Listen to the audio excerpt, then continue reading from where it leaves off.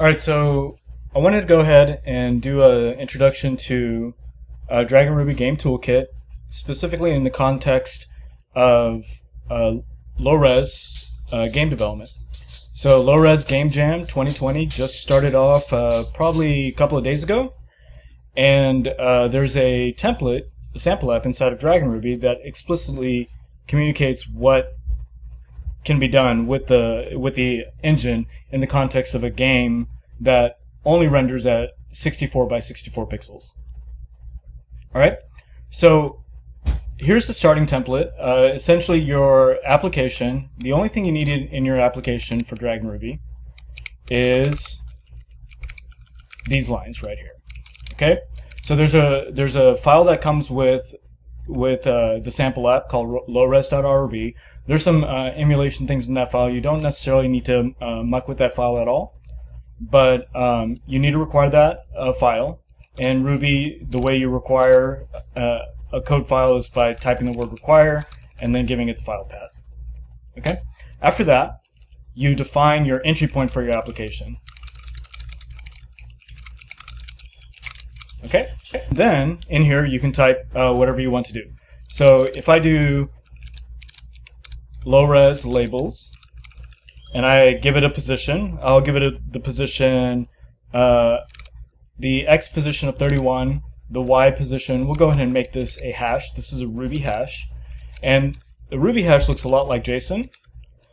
So you give it an open curly brace, you give it the key values that you want, and then the keys and then the values. So I'm saying I want to label at position X, position Y, with the text hello world. Okay?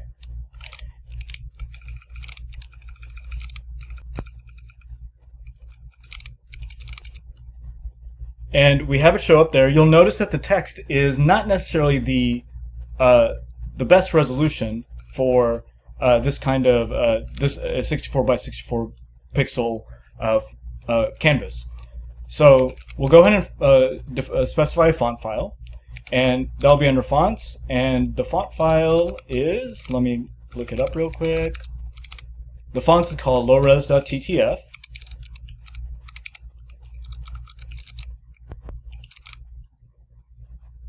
Okay, this looks a little better.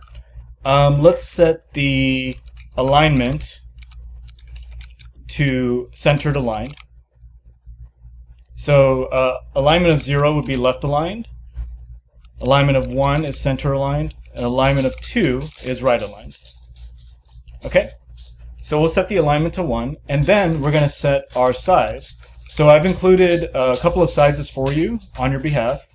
And we'll go set the size to low-res font small. All right. And so there is our label printing on the screen. Labels their position is controlled by the top left corner. So if I set this to 63, that's going to put it in the top left. And I'll set the X to 0, which is going to put it in the far left. And I'll remove the alignment enum so we can see exactly what that looks like, right? So this is the top left right here. 0, 0 is in the bottom left corner. Top left would be X equal to 0, Y equal to 31. Top right would be, or 61, sorry, 63. Top right would be 63 by 63, and bottom right would be 63, 0. And we can actually see this information. If you want to enable the debug abilities in there, that would be, I have a function here called render debug. And this is kind of like a developer console. We got to pass in args, sorry about that. And this is our developer console. So you can see right here what frame we're on. When I move my mouse, you'll see the low-res mouse positions at 0, 0. And then it goes all the way to 63 by 63. And then you can see the position of the text. So if I set the alignment enum to 0, like so, we have the text located at that specific position in the top left corner. By default it's 0, so I don't necessarily have to provide that information, and you'll see it show up just like that. Okay, so there are quite a few rendering primitives in DragonRuby. The most important one is a sprite. So let's do args.lowres sprites, and we're going to give it a x position, a y position, a width and height. So we'll give it the x position 0, we'll give it the y position 0. Our width will be, let's do 10 pixels or 16. Our height will be 16 pixels. And the path for the sprite, we'll set that to, let's pick a sprite from our list of sprites that we have. I think I created some low-res sprites. Let's see. Yes, so I have low-res ship blue. We'll set it to that.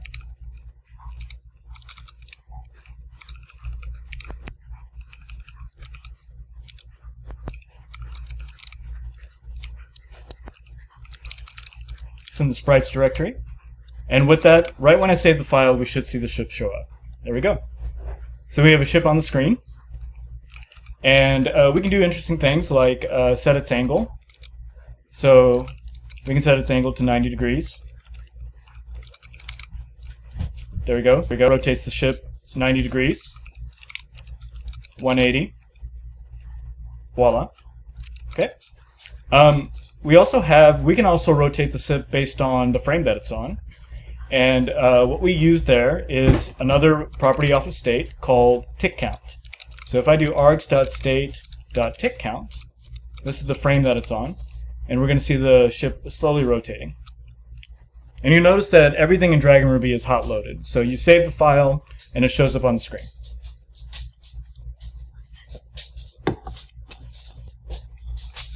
Okay? So let's take a bit more advantage of this state variable. What we're going to do is we're going to store information about the game on something called state. This is a property that DragonRuby provides to you, and it allows for arbitrary hierarchies of data without you having to predefine any classes. Okay, so I can do args.state.ship, and we'll set the x value or equal to 0. So this operator in Ruby means that if it's never been set before, then and only then set the value. Okay, and then we'll set the y value also to 0. Okay, after doing that, instead of hard-coding the x and y value, we're going to do args.state.ship.x and then args.state.ship.y. So nothing should change as far as the location of the ship. It's still in the bottom left-hand corner. The interesting part about this now, though, is that we can change the state variables over time and see the ship actually move. Okay, so let's do that. args.state.ship.x plus equal 1, and we'll do the same thing for the y value. So we're going to see the ship move in the positive y direction. There we go. And with the canvas that we have and how small it is, we see the ship completely disappear after 64 frames. What we can do then is say if args.state.ship.x is greater than 64, we'll reset the ship's value to 0. And then we do the same thing for the y position.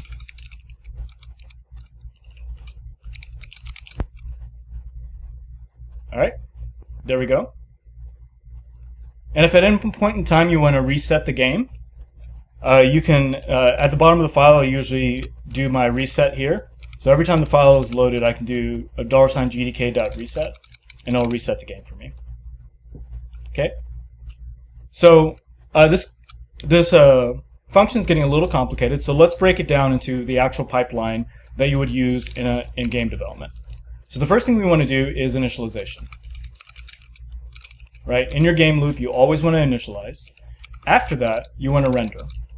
So many people would think that you would do calculation or input first, but if you think about when people play a video game, the game starts up and they see something, and only after they see something are they able to do anything with the game.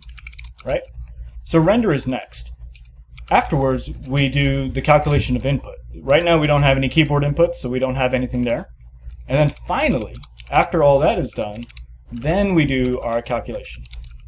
So this is our calculation step here, right? And then we have any ancillary debugs that we want to provide there.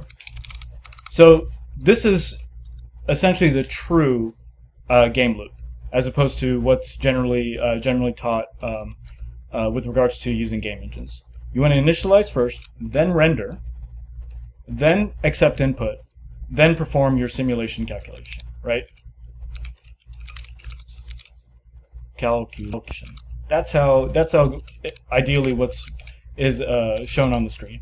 Ruby has this capability of using if statements. If it's a single liner, you can actually put the conditional in front of the if statement. So this gives you a nice little capability here inside of Ruby. So that part's nice. Okay, so let's do one final thing, and let's add some input. So instead of always changing the location of the ship, like we're doing here, we'll go ahead and just set it to its fixed position, like it always was before.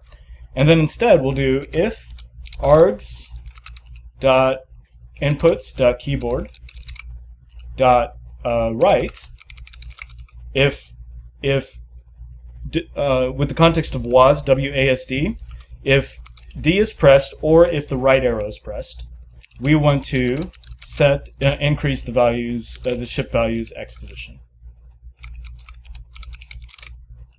And there's an input. And then we want to do our simulation calculation there. So now, if I hold down right, we're going to see that the ship moves right.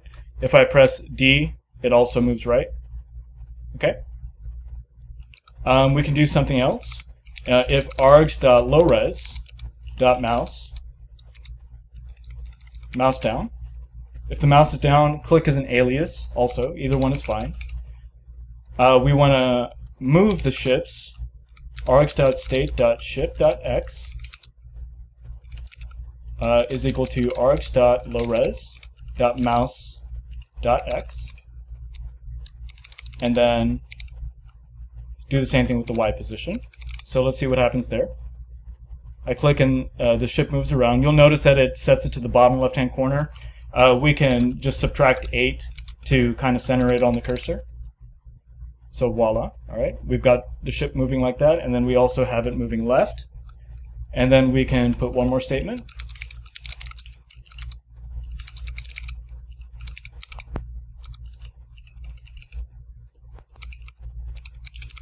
And now we have it moving left and right. We didn't put something to wrap around the left side, so let's do that.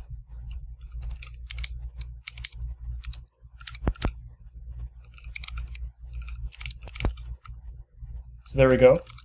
So we say if the ship's position is less than 0, then set it to 64. So now we have a ship that moves to the left and then also to the right. And we can click around and move the ship also, and we can remove our debug.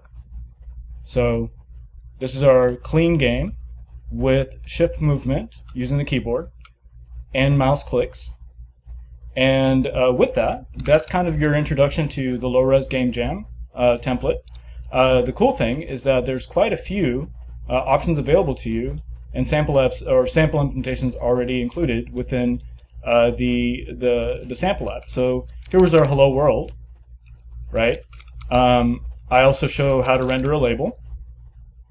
So different label sizes are shown with this function here, and the source code's directly in the file itself. I show how to render a solid block of various sizes, so you have that information for you. I show how to render borders. You have that. I show how to render lines. And these are just functions located inside of the sample app. I show you how to render multiple sprites. And then the movement of the sprite, which is what we covered. So you can do that. You can click. That's nice. I show you how to animate a sprite using separate PNGs. You'll see the animation starts. There you go. So there's the animation of the sprite in separate PNGs. And you can also animate sprites using sprite sheets. There's a sample app that shows that. I show you how to determine collisions. So no collision, and if I click here, no collision, but if I click them close together, you have a collision. That part's nice, right? And I show you how to create some user controls. So if you want to create a button, one clicked, two clicked, no clicks. Cool. So you have buttons also. So all that again is available in the template. And if you don't want the render grid, you can just do that and remove the grid. All this is available for free at lowres.dragonruby.org. And this is the Game Jam low-res Game Jam edition. And it shows the animated GIF. The zip file is right here. We have an introductory video that shows all that, and there's also documentation that's available for you to look through and see some of the advanced capabilities within the engine itself, outside of just game development with low resolution. So there you have it. I hope you enjoyed that little intro to low-res Game Jam stuff, and I hope you give DragonRuby a shot. Be sure to join the Discord, and there's a lot of people there to help you and get you unstuck if you ever get stuck. We got a good community going. Y'all take care.